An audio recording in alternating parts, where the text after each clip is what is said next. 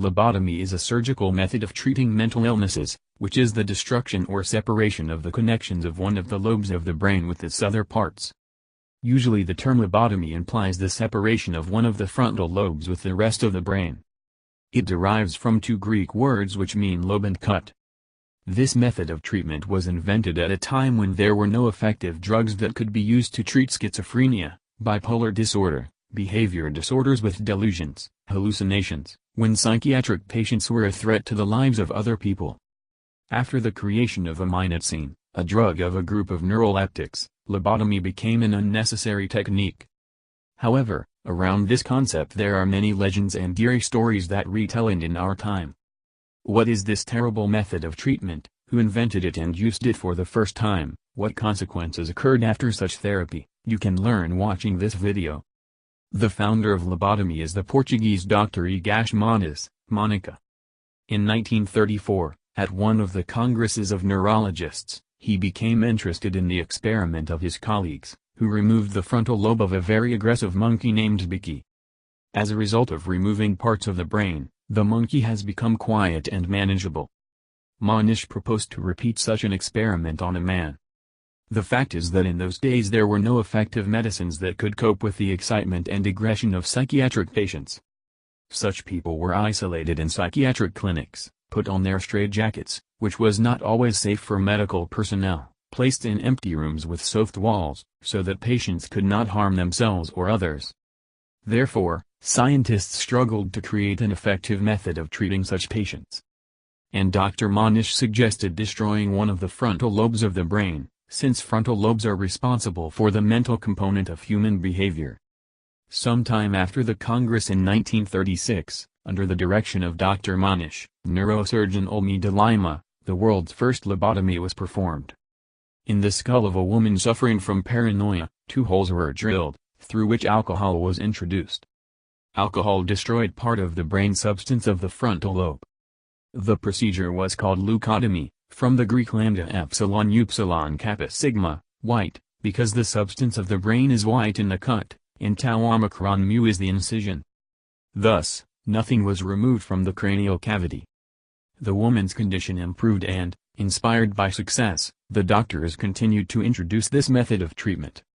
Later Dr. Moniz improved the procedure. A special instrument was created, leucotome, which cut the brain tissue with a wire loop.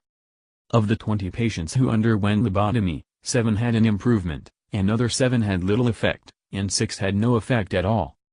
The average results were not stopped by Moniz. He continued to practice this method of treatment, and in 1949 was even awarded the Nobel Prize for his contribution to the treatment of severe psychoses. The idea of Dr. Moniz was actively picked up in the United States of America. Neurologist and psychiatrist Walter Freeman and neurosurgeon James Watts began to conduct lobotomy. She also demanded the drilling of holes in the skull, and therefore, was not available to many psychiatric hospitals, because this required a special employee, and neurosurgeon. Walter Freeman set himself the goal of simplifying the lobotomy so that the psychiatrist could conduct this procedure on his own. And then he proposed the so-called transorbital lobotomy. This operation was carried out without drilling holes in the skull. Access to the brain was through the orbit. After skin treatment with an anesthetic, the skin area above the eye was cut.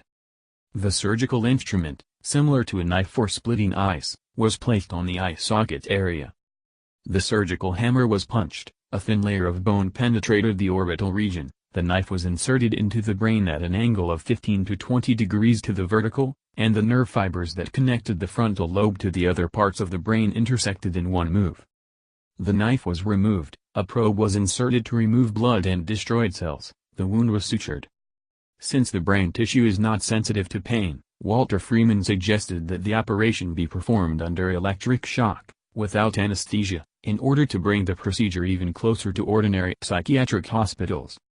As time went by, Walter Freeman spent one lobotomy after another. Quite quickly the number of operations reached a figure of 3,500. Freeman spoke of the good result of such operations, but did not go into details. In fact, the results were not so encouraging. Freeman himself called these phenomena surgically induced childhood, suggesting that in this way the brain returns to a younger mental period. Perhaps, he believed that in the future there will be a repeated maturation, all the lost skills will develop all over again. In this regard, he suggested treating such patients as disobedient children. However, unfortunately, the lost skills were not restored. It can be said that it was rather rare that lobotomy cured a mental illness without causing damage to health. About 50,000 lobotomies were performed in the United States, and Freeman himself performed between 3,500 and 5,000. In most cases, the long-term results of lobotomy were very sad. What were the consequences after lobotomy? Well, there are many. Many patients were found with slower thinking and acting, they were dull at times and completely lacked emotional expression. They also had less interest and energy to do daily tasks. They reacted to immediate stimuli and rarely could make goals or plans for the future. Although lobotomies were useful for those who were in pain, other disastrous consequences were found. Death, epilepsy, loss of motor functions and loss of cognitive ability. Not all doctors supported this method of treatment. Native patients, who were returned patients, wrote complaints and requests, so that this inhuman treatment method was cancelled.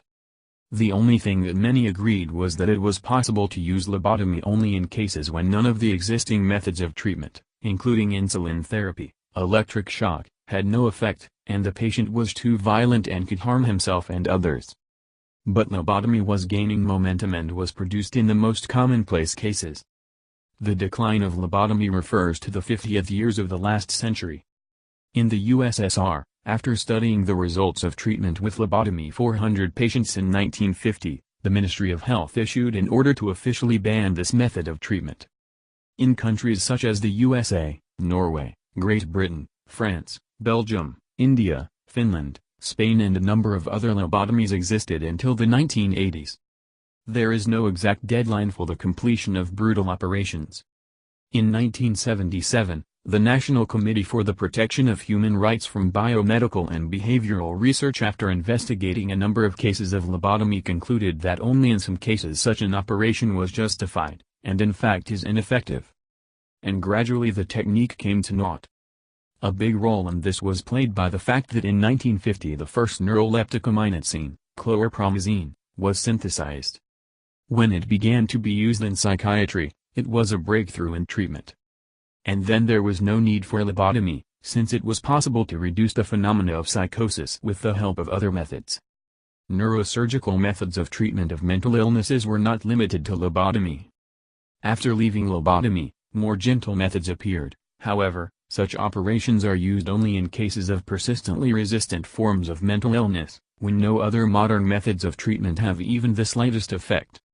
Thus, summing up all of the above, it can be argued that lobotomy is a very cruel method of treating mental disorders. Science has found much more humane and effective methods of treating mental illness.